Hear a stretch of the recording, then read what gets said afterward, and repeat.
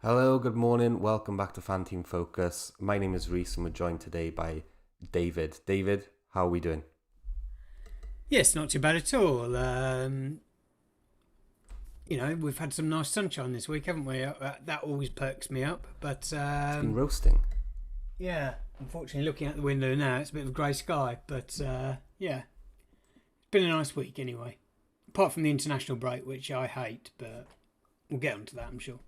Do you hate it? Are you one of these England fans who would rather watch your club than rather watch England? Or No, I don't mind it. It's not particularly international breaks. It's just that it comes so quickly at the start of the season. You're literally just getting into the Premier League. There's 3 games played. That's it, and then suddenly it shuts down for 2 weeks. It just drives me around the bend. It's just this particular international break. But yeah, and as a Welsh fan, the international breaks are just it's just nothing. It's just nothing to me. you guys have a good shot at qualifying for the World Cup, don't you? Yeah, I had a look at the table the other day, and there is an outside chance. I think we're third in the group, so it's definitely possible. I was going to see if I got a set of earphones here so I can hear you a bit better. Yeah, I'll plug those in a second. It is possible, but history has taught us as fans of Wales to not get overexcited and to keep our expectations near to the floor in terms of qualifying for major tournaments. But let's see what happens. So we're sponsored. So let me tell you what's coming up first in the show. So we're going to talk about my potential wild card. The deadline is drawing near, and I still haven't made a decision. So we're going to look at some stats and some fixtures and decide whether I should wild card or not, and maybe even confirm wild card live on air. I just don't know yet. We'll talk a little bit about the monster. David's got his monster team. We'll talk about that and we'll preview the weekly monster as well. Do hit like on the video if you're watching live. Hit subscribe if you are new, and let's talk about Ultimate Fan. So we're sponsored by Ultimate Fan today on the stream, so we're really excited to have them sponsor us.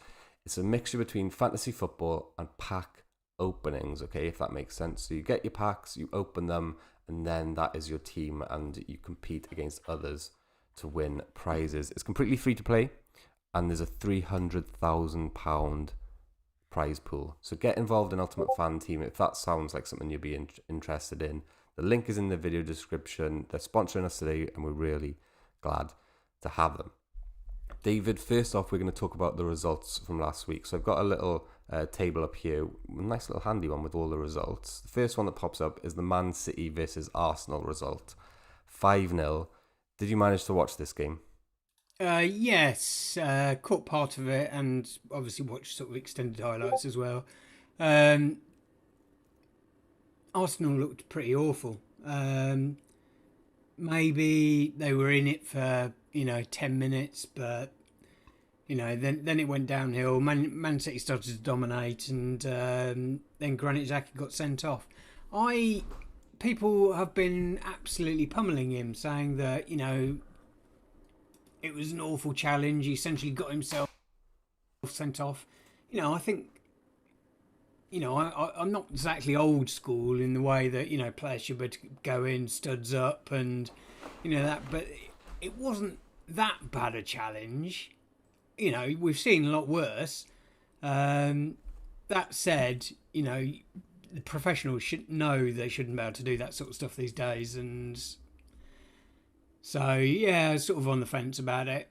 I was hoping Arsenal would sort of at least stand up a little bit better to them, but obviously City rolled them over, and 5 different scorers, which as always makes it awkward for trying to get any City players in your lineups. Yeah, that's a good point. Do you think that's going to be something that we're going to see throughout the season? City sharing the fantasy football points around the attacking players?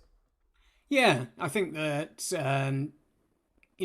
obviously, if Man City played the same team week in, week out, or virtually the same team week in, week out, then one of the problems would be, it wouldn't be a problem in case, because you'd be able to choose the players, who's going to score, you'd have all of the, the information up front. But with Pep Roulette, one, you don't know who's going to start. And even if you did know who's going to start, you don't know who's going to score because they've got so many good players. So it does make a lot of their players. I think we spoke about it last time with Josh, actually, that it makes Man City sort of unplayable. I think Ruben Diaz and a couple of those guys are okay, but after that, it's really tough. It is tough, isn't it? I kind of like Jack Grealish, just as an aside. I mean, let's have a look here. Where was I? Okay, so next on the list here, Aston Villa 1, Brentford 1. I don't think I saw this game, but I know obviously that Tony got his first goal, and who scored for Villa? I can't remember. Did you watch this game, Dave? Yes, I did. No, I watched highlights of this one. I thought Brentford looked okay. I mean, I didn't watch too much of this game. Obviously, highlights on Match of the Day. I think Brentford continued to surprise. I think that was surprising in a way that that there was a lot of expectation around them being the second coming of Leeds, and they play in a completely different way, and they're obviously a completely different team. But I've been sort of quite impressed about them. They've got some decent results to start the season. Obviously, that 2-0 against Arsenal. 2-0 against Arsenal first week of the season. Doesn't look quite as good now, seeing as Arsenal are getting beaten by everybody. Yeah. But, it's still beating one of the bigger teams. Brighton against Everton next. This Brighton defence, is it going to come good in the end? I know we've had one clean sheet so far from our Sanchez's and our Dunks, etc. And Everton, Dominic Calvert-Lewin's looking like he's fulfilling the promise of becoming the next Inzaghi. What do you think? What do you think about DCL?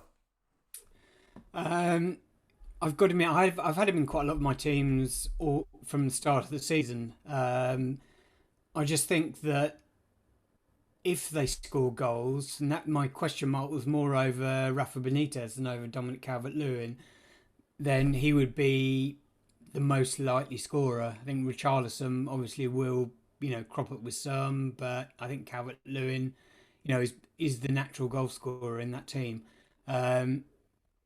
They've made some, I guess, on the face of it, at the start of the season, they look like weird signings. Townsend. Yeah. I can't remember the other guy now. Oh, Demarai Gray. Demarai Gray, yeah. These players, I guess, wouldn't have excited Everton fans. However, they're both very creative players in their own right. And, if Benitez can get the best out of him, and so far he looks like he is doing, then they will create chances and Calvert-Lewin will finish chances. So my question mark really was over Benitez. We've seen, my main criticism over him at Liverpool was, even though he brought Champions League back to Liverpool, we had some amazing nights, beating Milan that time. 2005, probably my best ever football memory. It was just incredible that night. But we played with, the shackles on the whole time. It never felt like we'd lose, but it never felt like we'd win games by, big margins. And when Klopp came in and Rodgers before him, there was a bit of breath of fresh air because, the shackles came off, and I prefer to see football played that way. Now, Benitez, historically, at every club he's been at, Newcastle, Liverpool, Valencia, plays with, a very solid foundation. And then if they get a goal, they get a goal. And I think so far we've seen that to a degree, as in Everton haven't conceded many. However, they are scoring a few as well and creating chances more importantly. So I'm, increasingly becoming a little more bullish on Everton. Sorry, I've got a bit of a frog in my throat this morning, so don't worry typical about that. It comes on just as we start to stream. So yeah, a little bit more bullish on them, but yeah, I think for a lot of the late entries that we see going in today, and I haven't checked on any stats, but FPL as well, I reckon that Demarai Gray is going to be a bit of a sneaky pick for a lot of teams. I've tried to avoid him purely because of this. I think that a lot of people are going to have him, and I think he could be one of those sort of boom or bust players. But yeah, quietly confident that DCL will bang in the goals this season. Brighton, on the other hand, I think they've started the season well. I think this was, losing 2-0 to Everton at home was probably a bit unexpected by the general public. I would guess that Brighton were fairly popular last week. But I think Brighton will do okay this season. I think they'll be sort of mid to top half of the table. Coming on to your boys then, Liverpool against Chelsea, Dave. What was going on there? The Rhys James, why did he have to go and get himself sent off? It seems like it was so long ago, this game now. Should that have been appealed, and should he got away with it? Or obviously you're happy with the penalty and the Mo Salah goal? Well, I'm a Liverpool fan, so exactly. What happened there? I think Liverpool started the game okay. I think Chelsea came back into it. Their goal was slightly against the run of play, but then they started to sort of show a bit more dominance, and it sort of ruined what was looking like a potentially a good game. Now, am I happy we got a penalty? Obviously.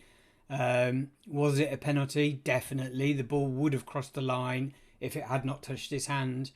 Should he got sent off by the letter of the law? Yes. I don't know. The trouble is that we get if it's just a penalty and he gets a yellow card, then we've been denied a clear goal, a definite goal for the chance at scoring a goal. That doesn't seem fair. But a red card also, conversely, feels like that's a little bit more over the top. So it's quite a difficult one. I'm not quite sure what way to go.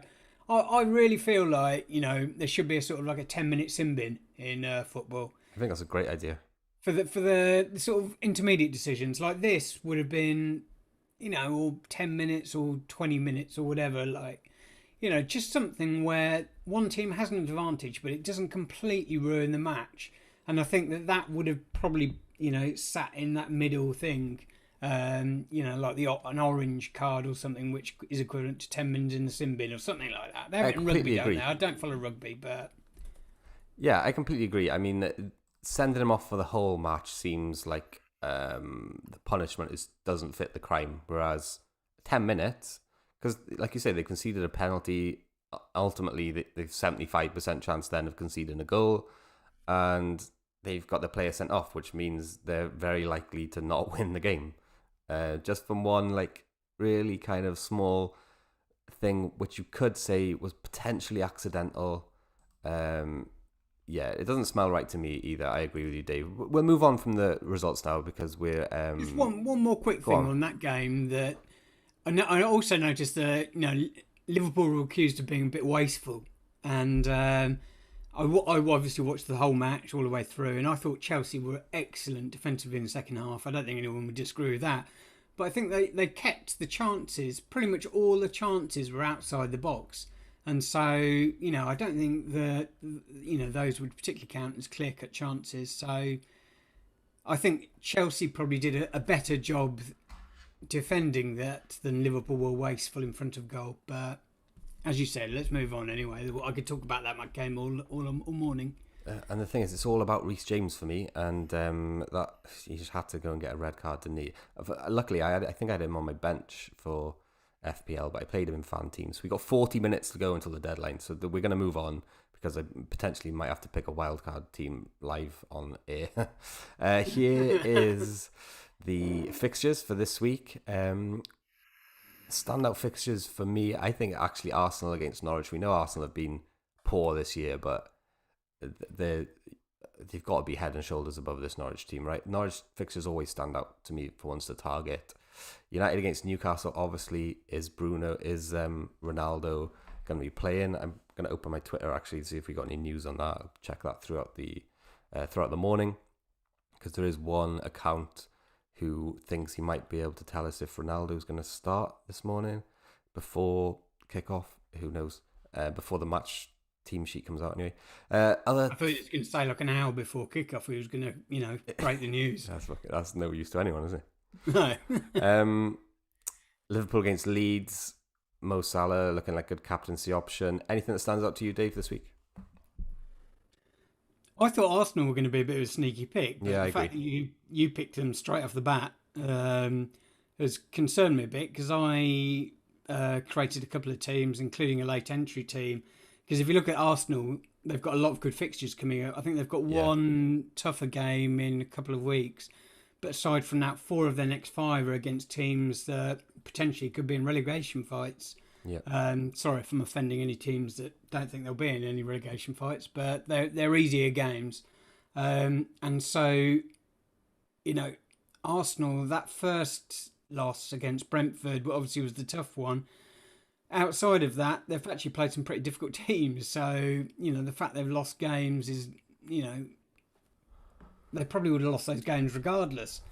So I think these sort of next 5 weeks will tell us a lot more about, how Arsenal are doing. But so I think they're a good play this week. Obviously, they're quite expensive because they're at home against Norwich. And if they don't beat Norwich, then, they're dead to me. Yeah, they've been terrible, haven't they? But it's just this Norwich game it just stands out to me by miles. And aside from that, though, as you said, there's a lot of tough games. Tough games for a fantasy player, I think. Yeah. The Man United game stands out, and then Chelsea. Now, aside from that, there's probably a lot of the games where the better team is away from home, but they haven't got this, an easy pick, an easy match. Spurs are away from home against Crystal Palace, but Son's out, or is he out? I mean, it looks like he's out, but yeah. Tough weekend for picking players, I reckon. So don't forget to hit the like on the video, guys, if you're watching live. Hit subscribe if you're new. I'm going to put a poll in the chat here just asking if I should wildcard. Just to give you a little bit of context, I've got no Antonio, no Ronaldo. Should Rhys wildcard? So that'll be in the chat for you guys. If you want to answer that, we'll reveal the answer before the end of the stream, and we got less than 40 minutes to go before the deadline, so you'll find out ultimately if I wildcard or not. Talking about Arsenal's fixtures then, next I've got a slide up here of a fixture ticker rated by attacking difficulty. This goes from the next 6 weeks. I thought I had it set at 5, but okay, this is 6 weeks. Attacking difficulty. This is from fantasyfootballfix.com. You can see at the top, in terms of difficulty, they put Everton, and number 2, they've put Arsenal. So like we spoke about there, Arsenal's fixtures have really turned now, and we can say that now with a juicy fixture against Norwich. The thing is, if I'm thinking about wildcarding, is Arsenal really a team that I want to go heavy on or go on at all? Everton at the top there as well. So we spoke about Dominic Calvert-Lewin and potentially Damari Gray, as well as the back line looking decent. And again, this is an attacking difficulty ticker, so maybe you choose the fullbacks, for example, if you're looking at attacking wise. Anything that stands out to you on here, David? Firstly, can you see it? I want to check you can see this screen. And I can. You spoke for just long enough that I can now see it. Sorry, I see the screen with about a 10-second delay. So, but yes, I can see it. Yeah, there's no surprises. I do have this app actually on my phone. They're quite good, Fantasy Football Fix. And we're not affiliated by any way, but I am. Yeah, no, don't get any money, but it is quite an interesting. I'm not saying subscribe to it or make your own decision, but it's a worthwhile app having a look at. There's quite a lot. It's really good. Yeah, I fully endorse it as well. To be fair, really good. It's free. You can pay for the additional stuff, can't you, if you want to? But yeah, if you're looking at these fixtures, they sort of track with what I'd had, what I'd roughly written down. I think Chelsea are potentially becoming a little bit like Man City, and whilst they've had a fairly rigid team up until now, let's not forget that the Champions League kicks off next week, and so for a lot of the the bigger teams that have got games, they're going to rotate players in and out, and I see that becoming a bit more of a problem with Chelsea than some of the other teams. Liverpool really don't have that much to rotate up front, so that doesn't concern me that much. But Man City, Chelsea, maybe even Man United as well, it becomes a little bit more problematic. But yeah, it's quite interesting. Look at these fixtures. I do like, for instance, Aston Villa right at the bottom end of that. Yeah. Brentford right at the bottom end of that. I do have a couple of Brentford players. Obviously, Ivan Toney is in quite a few of my lineups still. Danny Ings is in quite a few of my lineups still. Martinez is in a couple of my lineups. Obviously, he's not going to be playing this week, or doesn't look like he's going to be playing this week. But yeah, it's good.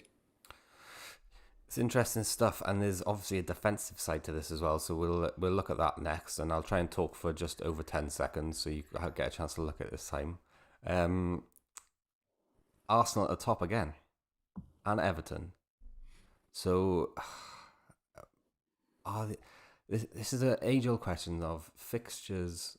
How much do fixtures matter? Of course they matter, but it's just about how much weighting do you give them, isn't it? Do I go full on triple Arsenal, triple Everton? I mean, of course, I'm not thinking I'm gonna, but would it be advantageous if you do, seeing that they've got favourable fixtures? Excuse me, I think I caught David's cough. Chelsea, then just in behind, who I think are the first good team to be on. I mean, it does really mirror the attack table to a degree, doesn't it? It really does, doesn't it? What do you think? Which isn't a massive surprise, because obviously, if you're playing a worse team, then you're probably better attack and defence against them. But no major things. I think that Arsenal, they're quite an interesting one. Everton, I don't think I'd want to triple either of those teams right now. Purely because, what do you do 5 weeks down the line? They do have tougher fixtures coming up. Then you're stuck with a team that, may... I don't like putting all my eggs in one basket, and I don't think anybody should, unless they're, locked on to be a title challenger. And I don't think any of those are, apart from maybe Chelsea. And Chelsea, I really want to put Marcus Alonso into some teams today.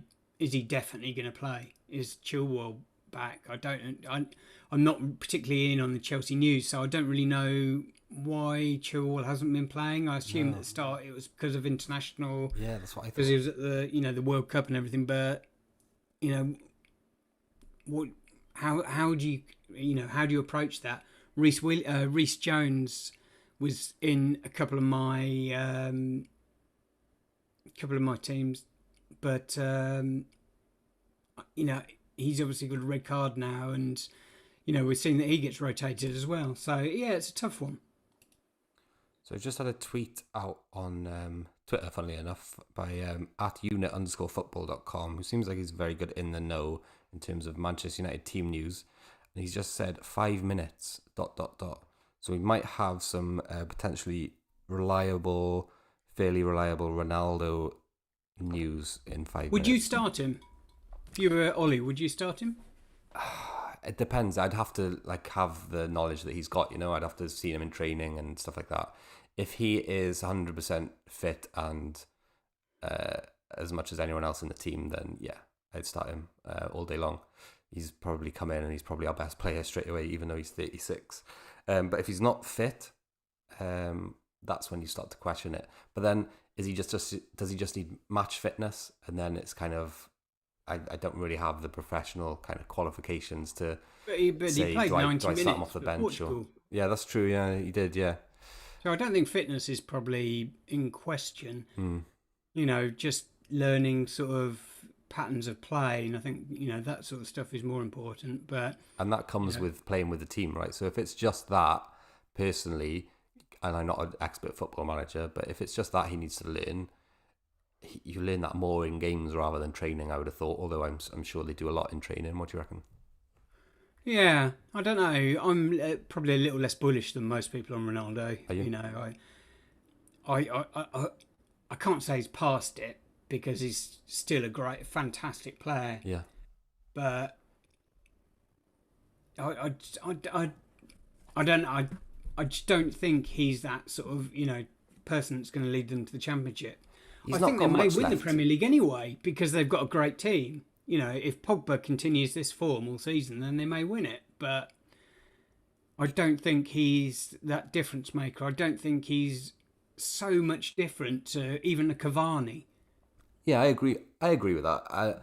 And if you look at it, he's not got much left in terms of time. He hasn't got many years left. Ollie said in the press conference the other day that Ryan Giggs played till he's 40, and I wouldn't be surprised if Ronaldo does the same.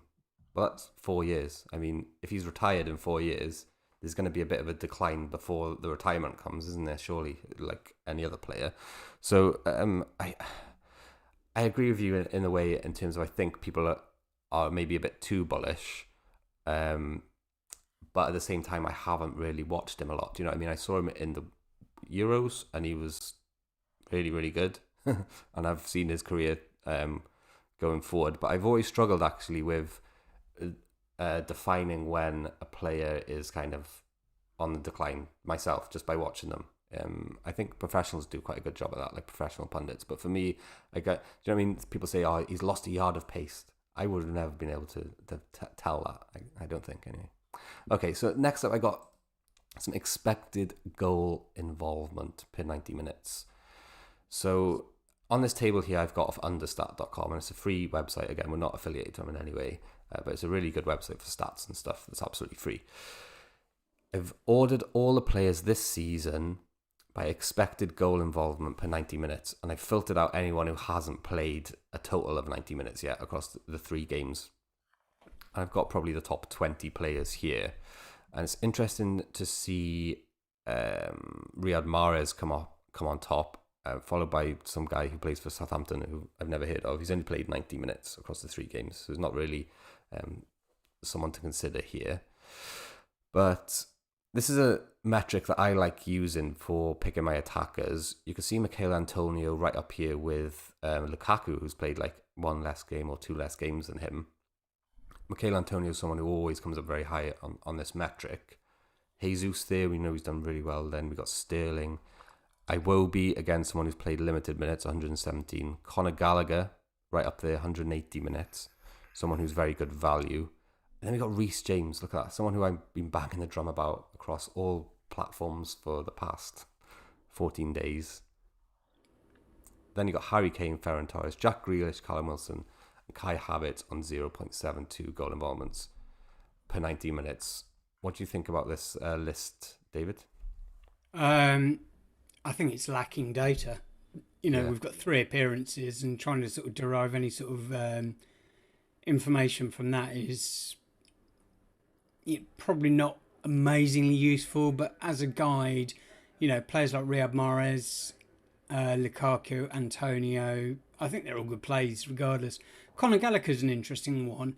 I really wanted to bring him into my team before last weekend, but I thought I can't waste it on a Crystal Palace player. But he's so cheap, and we saw last season West Brom. They may have got relegated, but he was one of their standout players last season. He looks like a really talented lad. He's just plays for Crystal Palace. It makes it a really difficult one to bring them in. Yeah. But he will score goals and he will create goals. He takes set pieces. He does a lot of the stuff that Ezra was doing last year. Obviously, they're completely different players, but he's quite an interesting one. But yeah, I would say at the moment it's probably lacking a little bit of data with only 3 game weeks. But I would expect to see people like Antonio, Lukaku, Mahrez, providing he plays at the top for most of the season. I was hoping you'd say that about the lack of data, because I've taken this with a massive pinch of salt, and I've also got last year's data as well. So I'll just head on over to that slide. This is filtered out by players who I think I've put a 500 minute filter on this. So players that have played less than 500 minutes across the season, or I think maybe 600 minutes I filtered it by, aren't on this list. But everybody else is, and I've sorted it from top to bottom. And again, I've got around 20 players on this list. So a lot more data here, and if we add this with the 3 games from this season, I think we can draw some reasonable conclusions from that. Players, again, who stand out here, Michail Antonio, right at the top. Players who were on the previous list as well. I think it's just Raheem Sterling and Michail Antonio, right? I don't know if you can see this yet, Dave, if I spoke about it. Yeah, no, I can see it, yeah. Yeah, Dominic Calvert-Lewin hadn't made the previous list, I don't think he was on it, which is a bit of a surprise. No, he's probably maybe just like slightly below. I know Jota, for example, was just slightly on the cut-off point. I had to cut it off somewhere so I could fit it on the screen, you know. But I know Jota was close and DCL was close as well to making it on. Yeah, I mean, Ronaldo this would be starts, by more. the way, guys. We've got Football Intelligent Unit just put a green tick and he retweeted someone called BRI Insights. Ronaldo starts for United.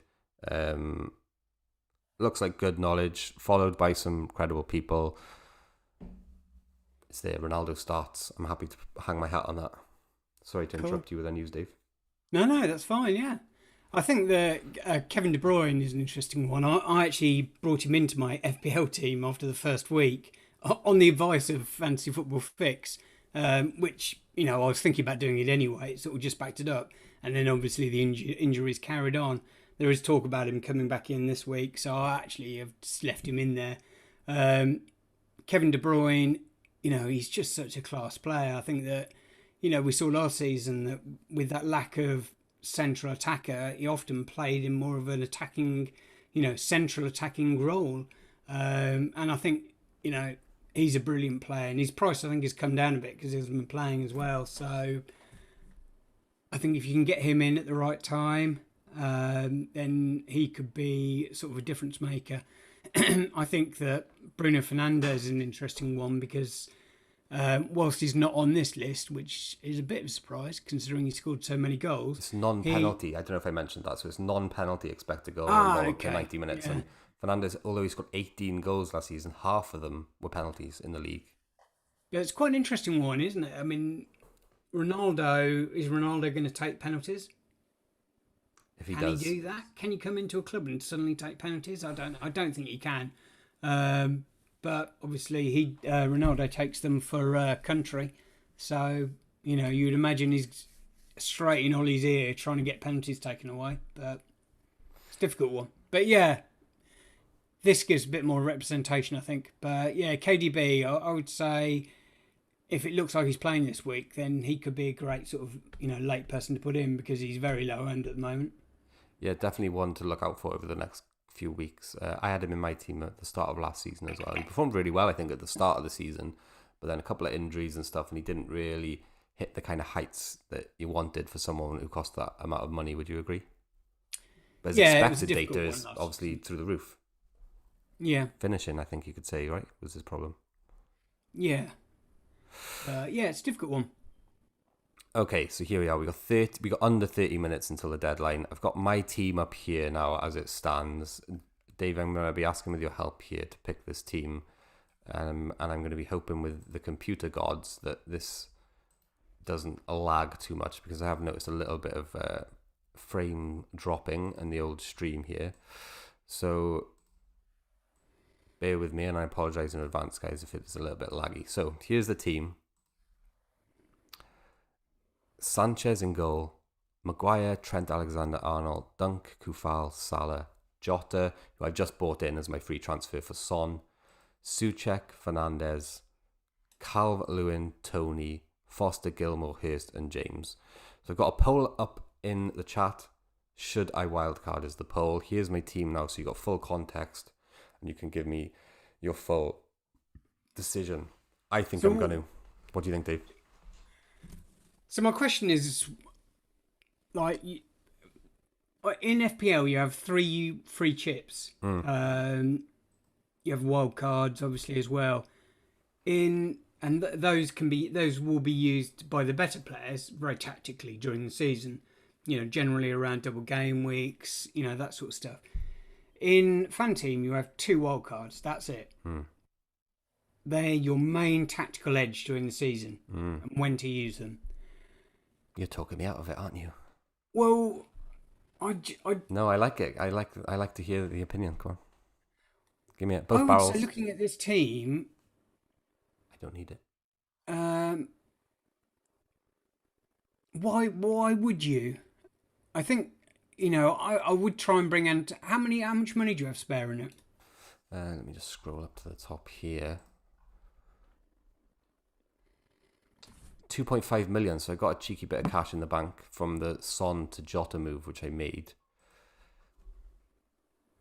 Yeah, it's you see, it's a tough one with some being out, because if someone's in there instead of Jota and he was fit this week, I'd look at that team and I'd think, it's a pretty good team. Yeah, there's other pieces you can have.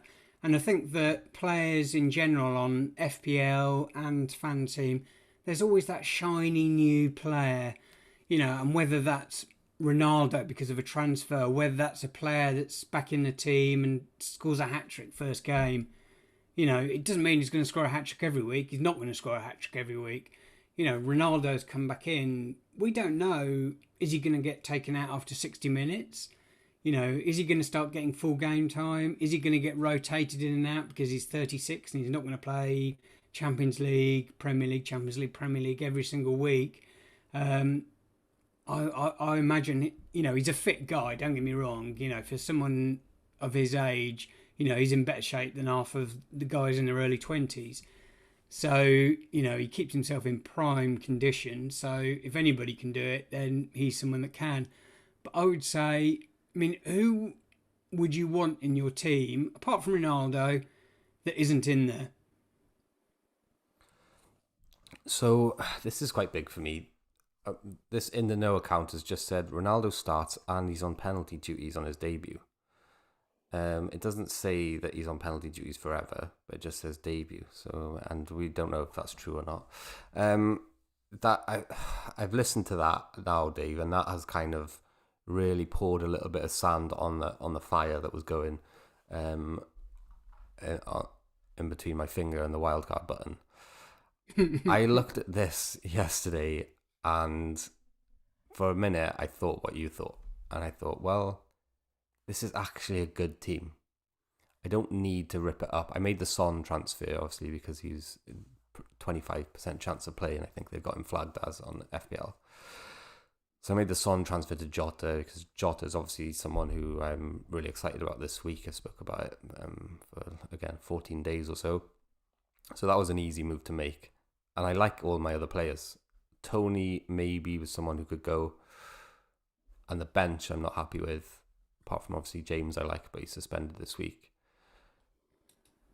So if you look at it in terms of what's wrong with this team, I agree with you. I don't think there's an awful lot wrong. And because you only get 2 wild cards, that has crossed my mind before as well. It's like you don't really get this opportunity too much. And am I just getting excited by the shiny new thing when there are a lot of unknowns out there about the shiny new thing? Although we have got some in the know kind of stuff coming out this morning, which may or may not be true.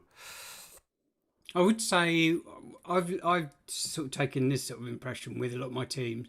I look through, and the only reason why I do an early wild card is if I have so many injuries or so many problems with players that I thought were going to play and aren't playing, that I'm not going to about to actually field a team of 11 players.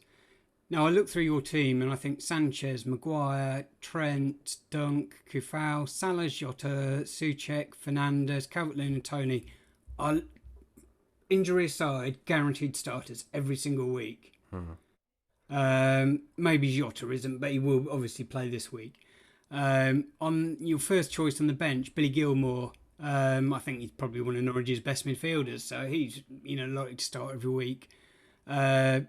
Rhys James, out injured, but he'll be back. He would concern me a little bit more just because he's a bit more of a rotation risk, especially with Champions League. So, but in terms of the people you've got on the pitch, I think they're all going to play. I think that, people are looking at Dunk now at 5 million thinking, oh my God, that's a lot of money for a player that hasn't done much yet. But he'll score a couple of goals this season. Write that in stone. He's definitely going to do that. I'll be clipping this, David. If Ronaldo scores a hat-trick and I haven't wildcarded, don't worry about writing it in stone. I'll be clipping it. And it'll be like, this was the moment David convinced Rhys not to buy Ronaldo. And I'll be putting it up across the socials. So don't worry about that. I've got it covered. But yeah, I think if I did look at this team, and I'm not an expert. We had Josh on last week. He's definitely an expert because obviously he won last year and he's got a lot of entries rolling this year. I never did this before, but I've been convinced to do it now, and I have in most of my teams, is have the handcuff keeper to the keeper that you have in goal, and you've got Ben Foster, who obviously is injured at the moment regardless, but if Sanchez gets injured, and you've got the non-starting goalkeeper from another team, you have to use a transfer then on that player.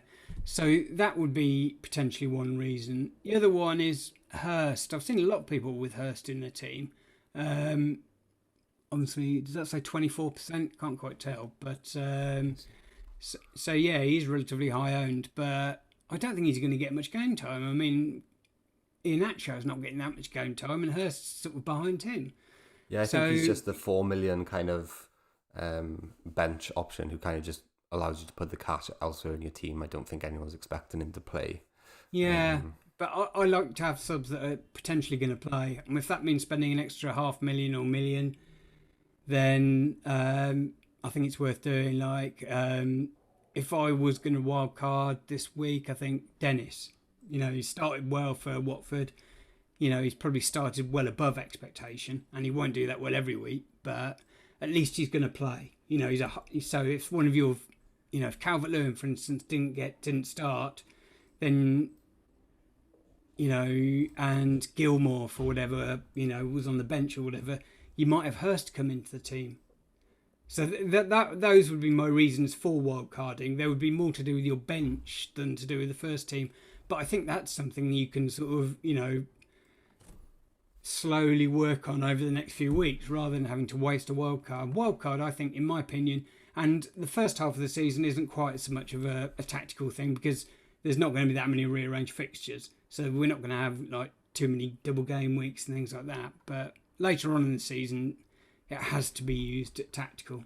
I think I'm agreeing with you. I've got 14 minutes left, so I think I've run out of time as well, to be fair. You've talked me out of it. I agree with a lot of things you're saying.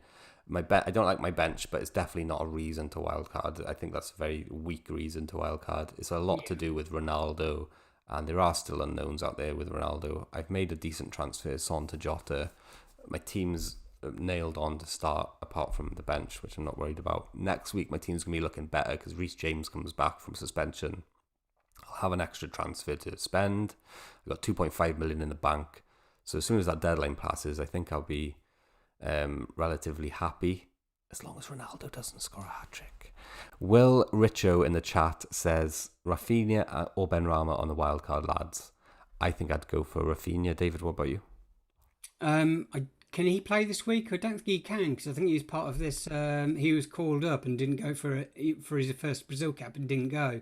So, the noise on Twitter now is that has been kind of rescinded, so that they're expecting Brazilian players to be available. Whether they start or not is another question. Yeah. Yeah, it's a tough one. The immediate answer would be sort of Rafinha. I expected Leeds to sort of have a little bit of regression this year, and that they have had so far. But Benrahma, I think, is a quality player, and I think, he started the season well, and he looks lively. He looks like Jesse Lingard, which, is a worrying comparison. But, he started the season well. I think West Ham will have the better season. I think they could score more goals. I don't know. I mean, I think that's a true coin flip. I'd look on the fixtures over the next few weeks and make the call on that. So that's it. The poll has spoken. They wanted me to wildcard. 71%, I think it was, saying yes, wildcard. 28% saying no. I've gone with no. That's it. You've gone against the poll. I've gone against the poll. We'll see what happens next week. You can blame me. Well, talking about blaming you, David, this is your team, so let's have a little look. Sarr, 4.5 million here in goal. Van Dijk, 6 million defender. Saiss, Tierney, Diaz. Salah, Saka, Gray. Kane, Antonio, Aubameyang. Then you've got Ruddy on the bench. This is too small for me to read, this one. Mbeumo, Gallagher, and Duffy on the bench as well. Where are your concerns with your team, David? Have you made any transfers this week? And what are your thoughts in terms of wild cards going forward? This is one of my late entry sides. Oh, this is your late entry side, sorry. Yeah, so definitely done no wild cards and won't be doing them for a while yet. Um, I've tried to roll subs over as much as possible, so I can make sort of better moves down the line by if I want to transfer a big player in, but I have to make another transfer to do it, then I can do that all in one week. So I've tried to roll that over, and as long as I've got 11 players that are definitely playing, or I'm 90% sure are going to play, and at least sort of one or two bench options, and I'm going to play. This is my late entry team though, and I've gone down the route of Arsenal can't look at, must improve. I think they've got 5 decent fixtures coming up, and if they haven't, then I can sort of slowly start to filter these guys out. They've got obviously got an easy game this week. Son's out, and I think Kane, he will score goals this season. He's going to get 20 goals, providing he doesn't get injured. I think bringing him in now as he's in none of my other teams, so that was sort of in my thinking. Antonio, 7.7 million. I just think he's a bargain, and I understand why you'd want to bring him in using a wild card, but I think you can bring him in over the next couple of weeks, regardless of that. Damari Gray I've put in because he's in none of my other teams, and at 5.6 million, it looks like he's going to play most weeks. Rodriguez or James Rodriguez is not fit yet. Benitez has said he still needs more practice. So, and will he come in if Damari Gray keeps playing blinders? I don't know. I've gone with Wolves as a keeper. I think that defensively they look quite solid. Even against Man United last week, I think they looked okay. And obviously, I've gone with Ruddy in goal as the handcuff to Sarr. So if Sarr gets injured, Ruddy should come straight in. I wanted a Man City piece in there, but the only one that I could think is more likely to play most games is Diaz. So I've kept him in. But yeah, what are your thoughts on it? I've got Conor Gallagher in there, obviously at 5.5 million, a little bit more expensive than you'd want for bench fodder. But I feel like they've got a couple of easier games coming up, and if I can have him as the first sub on some of those, then if he comes in, then he could potentially do well. I like your captaincy there on Aubameyang. I like the forward line. I like the structure of that. The kind of two expensive forwards with the one kind of middling price one. That means you can move to Ronaldo and Lukaku if and when you want / need to. I like your midfield, Salah, Saka, and Gray. I'm not too bullish on Gray myself. Just a bit concerned about, like you said, will he play regularly? But I think at 5.6 million, it wasn't really sort of a major problem, but I have the same reservations as well. Yeah, I agree with that. But 5.6 million, obviously, he offers that kind of price point that others don't really offer. Gallagher, obviously, you've got as well. Diaz, Tierney, Saiss, and Van Dijk. I think that's fine. You've only got one kind of attacking outlet there. Does that concern you? Spending 12 million on 2 centre backs? Not really. I think that Dijk will score a couple of goals this season. Roman Saiss,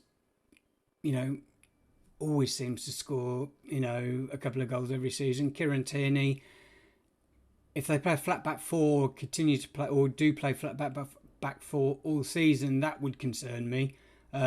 If they play with 3 centre backs when they've got more centre backs fit, then Kieran Tierney has proved to be one of the best wing backs in the country. And Diaz, I think, it's just about sort of the equity that I'm getting from the clean sheets from those guys. I feel like whilst he will score and maybe get an assist during the season, I think he's already got 1 assist, but I think that the clean sheet equity you get from Man City is greater than any other club in the Premier League, and therefore his point expectation is, higher for the value. A lot of people would probably go for sort of Cancelo but Cancelo's a bit of a risk for rotation. We've seen that. I think given the, Benjamin Mendy being arrested, then he's probably more likely to play, but he plays out of position on the left side, and he never looks quite as good there as he does sort of on the right side. But you've got to know you sort of ship to something. So Yeah, I can't argue with the points you made there. Certainly, Diaz the most nailed on in that back line for Man City, who are arguably the best defence in the league. 5 minutes then to preview the Monster. These are the fixtures for the Monster this week. Arsenal against Norwich. That's the standout one for me. I think David spoke about that as well. Brentford, Brighton, United, Newcastle, Ronaldo, I'm sure, in a lot of Monster teams. Southampton, West Ham, Watford, Wolves, Leicester, Man City, which I think could be a bit of a tasty one for Man City, the way Leicester are defending. Chelsea, Aston Villa, Leeds, Liverpool, and Everton, Burnley. David, I'm going to move on straight onto your team here. This is your Monster team. Bachmann, 6.9 million. Chilwell, 9.9 million. Rudiger, 9.3 million. And some guy whose name I can't pronounce. It looks like he's from Watford. Then we got Salah, Maddison, St. Maximin and Fernandez in the middle, with Vardy, Aubameyang and Lukaku up front. Not tempted to go Ronaldo now with that in the no news? This lineup, when I definitely won't be playing Ronaldo, and if he gets a hat-trick, then, you know, he gets a hat-trick and I lose, but I won't be playing Ronaldo in any team. Wow, brave. Yeah, it's brave, but I think, you know, to win in fantasy football, especially daily fantasy football, you need to take stands. There's no point if the ownership of Ronaldo in the Monster this weekend is 50%, then there's no point having 50%. You've either got to go 100% or 0%. You know, making those tough calls is the way to profit, and there's a lot of data and statistics that back that up from pros and sort of, you know, from pro statistics that over the years, from especially on other sort of DFS sites, I think that making those big calls is what's likely to win people sort of the bigger prizes. However, I realise that having no Man United players is, you know, a bit of a risk, or, you know, I have in some of the teams, but not necessarily in, you know, all of the teams. So I think I'll be fading Ronaldo. Obviously, I've got Fernandez in this one. I did toy around with a double Newcastle stack of St. Maximin and Wilson as the value options in the team, because you need value in the team. You know, there's a lot of decent teams to play this week, but they're obviously all expensive. So you have to make tough calls. I've gone for the value, obviously, in defence with Bachmann and Trist. And St. Maximin at 6.5 million, because, you know, even away Man United, we've seen St. Maximin is sort of, you know, isn't fixture dependent. You know, I wouldn't play him perhaps against Man City, but I'd play him against most teams because he's a lively player and he could get you an assist or a goal at any time. This team is obviously an anti-Man City stack. You know, Leicester are at home. They haven't looked particularly good. They will be low owned. Could this be the game where they actually start to look like sort of decent team again? It's going to happen soon. Unlikely, but you never know. But it's going to happen soon. I can see it. I can see it happening in this game. Yeah, sure. I mean, the big teams, when they play big teams, tend to put up big performances, right? And we saw Leicester beat them last year. I think something like 7-1 or something. Was it like a crazy result? Yeah, was it 5-1 or whatever? I think it was, and that was at the Etihad. But yeah, so these results can happen. I think generally, if you look back at the winning team for most Monsters, you look at that team and you think, there's no way I would have picked that team. You know, they have, you know, Chris Wood up front against Liverpool or something ridiculous like that. You know, and he scores 2 goals and, you know, they captained him or something like that. You know, it's always weird things like that and strange results that will throw the leaderboard. If you just go with the chalk players, and by the chalk players, I mean the ones that you know in your heart of heart that every single other player is going to play this week, then, you know, you could probably just kiss your money goodbye. Yeah, you may, you know, get a cash from time to time, and if you're happy with that, then, you know, good on you. But you have to make tough calls, I think, to win tournaments. So I think that looking at this team now, it does frighten me a little bit because I feel like I've made sort of a couple of big calls. But, you know, we'll see. This team's definitely going to be in there, depending on injury news. Obviously, I've got Chilwell in there. I think Alonso is likely to start, but he's 0.1 million cheaper, I think. So if Chilwell doesn't play, then Alonso comes straight in. That's the good thing is you get the team news before the deadline with that fixture, right? Do you? I thought that was a later one. Oh, let me just check. This afternoon? 17:30. Oh yeah, you're right. That's 5:30 that kickoff. So Yeah, that's a call you'll have to make before the deadline. Yeah, so I've got put Chilwell in there just because if you put Alonso and Alonso doesn't start, then I think it goes down to Rudiger or someone like that anyway. But and obviously I've got Rudiger in there anyway. But you know if you only have one Chelsea defender, you wouldn't necessarily want Rudiger. You'd probably want one of the wing backs. But yeah, so yeah, we'll go with that. I think Liverpool. You know, I'm not convinced. I think Leeds are still a decent team, but I can't not put Liverpool in there. They're my team. Yeah, the Salah pick. You can't not pick Liverpool against Leeds, can you? I understand about the big calls that you've made elsewhere, but you surely have to back some players who are highly likely to score, right? Like your Ronaldos, your Salahs, etc. I like the Aubameyang pick again. There's something about Aubameyang this week which just excites me against Norwich. Maybe it's completely a bad take, but who knows? And maximum against United is a mad one. I think. Listen, Newcastle in the past have been a bogey team of ours. Newcastle at Old Trafford, they've come up with some results over the years. Steve Bruce knows how to go away to a big club. He's done it before. He's got some sneaky 1-0s over the years. And maybe this is just me talking because I haven't got Ronaldo in any of my teams as well, same as you.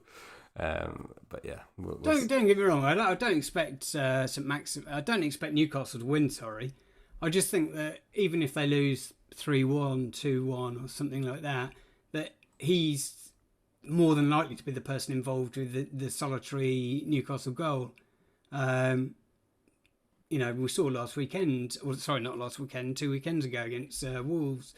You know, the pace can sort of tear through any team. You know, if Adama Traore had sort of slightly better decision making, you know, then I think Wolves probably would have at least drawn that game, maybe even won it. Yeah, the Wolves, their underlying numbers are so good, but they're just like relying on this Traore character who is just Mr. No-End product, isn't he? Okay, guys, that's us for today. It's 11 o'clock. The deadline has passed. Good luck to all of you who are in your wildcard situations. Good luck to all of you who aren't. Good luck with the monster. The deadline's not for a while yet for the monster, usually before the 3 p.m. kickoffs, isn't it? Yeah. Dave, thanks for joining me. What are you up to today? I was looking outside. I'll probably go for a walk at some stage, but aside from that, lying on my sofa watching football. What a hero. Guys, thanks for joining us. Head on over to fanteamfocus.com for all the latest articles. Click the link in the video description if you want a late reg or if you haven't registered yet. Join the fun. Thanks for watching. Dave, thanks for joining us. Guys, see you later. Bye-bye.